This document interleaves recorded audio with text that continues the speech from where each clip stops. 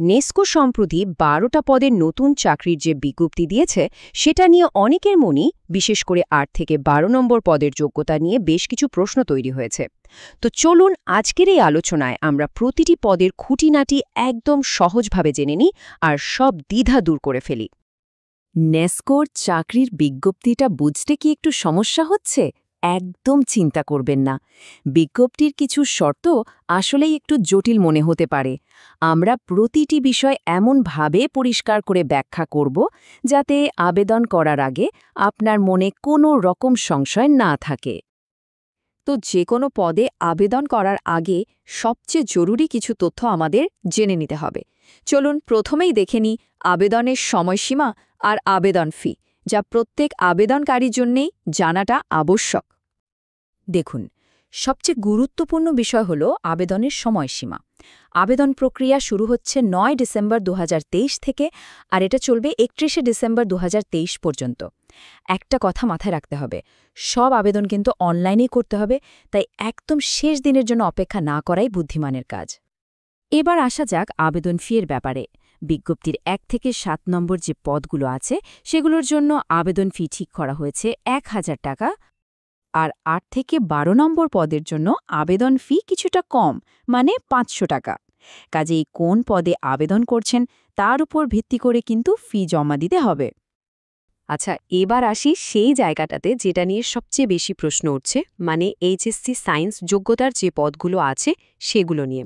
চলুন একদম ভেঙে দেখিয়ে এই পদগুলোর জন্য আসলে কারা যোগ্য। তালিকার ৮ নম্বর পদটি হল সাবস্টেশন অ্যাটেন্ডেন্ট বা সংক্ষেপে এসএসএ। এটা কিন্তু বেশ গুরুত্বপূর্ণ একটা কারিগরি পদ, আর এর শিক্ষাগত যোগ্যতার শর্তগুলো আমাদের একটু মন দিয়ে দেখতে হবে।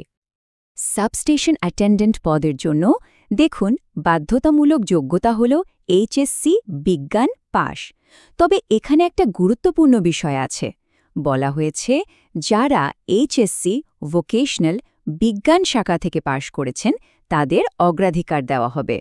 এখন এই অগ্রাধিকার জিনিসটা ঠিক কি সেটা নিয়ে আমরা একটু পরেই বিস্তারিত কথা বলবো। ঠিক আছে, ৮ নম্বর তো গেল। এর পরের পদ ৯ নম্বর, টেকনিশিয়ান জোনাল রিপেয়ারিং শপ। এই পদের যোগ্যতাও আগেরটার মতোই। চলুন আরেকবার স্পষ্টভাবে দেখে নিই। হ্যাঁ, দেখুন, টেকনিশিয়ান পদের জন্য ন্যূনতম যোগ্যতা এইচএসসি বিজ্ঞান, আর এখানেও সেই একই কথা, এইচএসসি ভোকেশনাল বিজ্ঞান পাশ করা প্রার্থীদের অগ্রাধিকার দেওয়া হবে। তার মানে কি দাঁড়ালো, ৮ এবং ৯ নম্বর এই দুটো পদের মূল যোগ্যতা কিন্তু একদম একই। তাহলে চলুন বিষয়টা একদম সহজ করে ফেলি। ৮ এবং ৯ নম্বর পদের জন্য কারা আবেদন করতে পারবেন?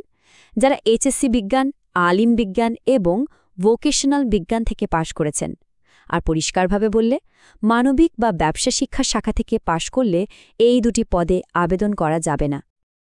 এইচএসসি পর্যায়ের পদগুলো তো আমরা বুঝলাম। এখন চলুন বাকি পদগুলোর দিকে তাকাই, যেগুলোর জন্য স্নাতক অথবা এসএসসি পর্যায়ে শিক্ষাগত যোগ্যতা প্রয়োজন। এই পদগুলোর শর্তগুলো বেশ সোজাসাপটা। ১০ নম্বর পদটি হল স্টোর কিপার এ। এই পদের জন্য যে কোনো বিষয়ে স্নাতক বা সমমানের ডিগ্রি থাকলেই আবেদন করা যাবে। এখানে কোনো নির্দিষ্ট বিষয়ের কথা বলা নেই, তবে হ্যাঁ, যাদের এই ক্ষেত্রে আগে কাজ করার অভিজ্ঞতা আছে তাদের অগ্রাধিকার দেয়া হবে। এরপর ১১ নম্বর পদ, যেটা হলো হেল্পার। এর জন্য শিক্ষাগত যোগ্যতা খুবই সাধারণ, এসএসসি বা সমমানের পাশ। এই পদের ক্ষেত্রে যাদের ইলেকট্রিক ওয়ার্ক পারমিট লাইসেন্স আছে তার একটা বাড়তি সুবিধা বা অগ্রাধিকার পাবেন। আর সবশেষে ১২ নম্বর পদটি হল স্টোর হেল্পার। এই পদের জন্য শিক্ষাগত যোগ্যতা এসএসসি বা সমমানের। এখানে কম্পিউটার চালনায় যাদের দক্ষতা আছে তাদের অগ্রাধিকার দেওয়া হবে। তো আমরা তো প্রতিটি পদের যোগ্যতা নিয়ে আলোচনা করলাম। এখন আমরা এমন কিছু সাধারণ কিন্তু খুবই গুরুত্বপূর্ণ প্রশ্নের উত্তর দেব যেগুলো প্রায় সবার মনেই ঘুরপাক খাচ্ছে। আশা করি এই অংশটা আপনাদের বাকি সব বিভ্রান্তি দূর করে দেবে। এই যে বিজ্ঞপ্তিতে বারবার একটা শব্দ ব্যবহার করা হয়েছে, অগ্রাধিকার বা প্রেফারেন্স, এই অগ্রাধিকার শব্দটার আসল মানে কি? এটা কি বাধ্যতামূলক? চলুন বিষয়টা পুরোপুরি পরিষ্কার করা যাক। একদম সহজ করে বললে, অগ্রাধিকার মানে হল এটা একটা অতিরিক্ত যোগ্যতা, কিন্তু এটা মোটেও বাধ্যতামূলক নয়।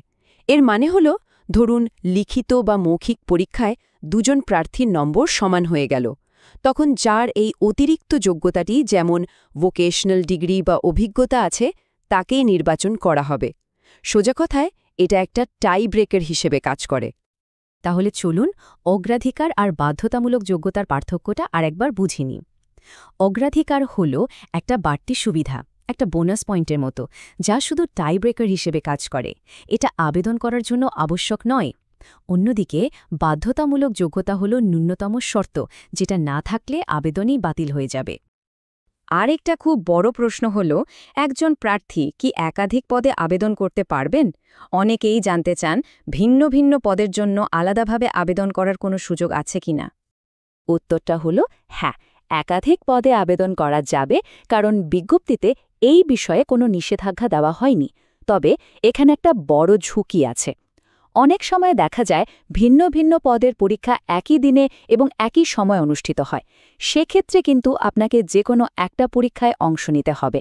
তাই একাধিক আবেদন করলেও সবগুলো পরীক্ষায় বসার সুযোগ হয়তো পাওয়া যাবে না। আশা করি এতক্ষণের আলোচনায় এনএসসিওর এই চাকরির বিজ্ঞপ্তি নিয়ে আপনাদের সব বিভ্রান্তি দূর হয়েছে।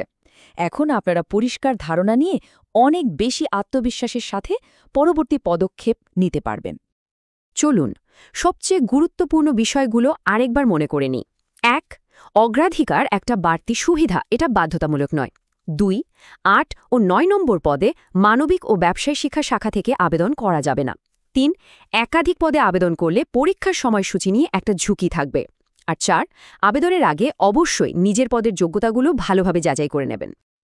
এখন যেহেতু সবকিছু পরিষ্কার, প্রশ্ন হলো আপনার শিক্ষাগত যোগ্যতা এবং দক্ষতার সাথে কোন পদটি সবচেয়ে বেশি মিলে যায়। নিজের যোগ্যতাগুলো ভালোভাবে বিচার করে সঠিক পদটি বেছে নিন এবং সময় মতো আবেদন প্রক্রিয়াটা সম্পন্ন করুন। আপনাদের সবার জন্য শুভকামনা।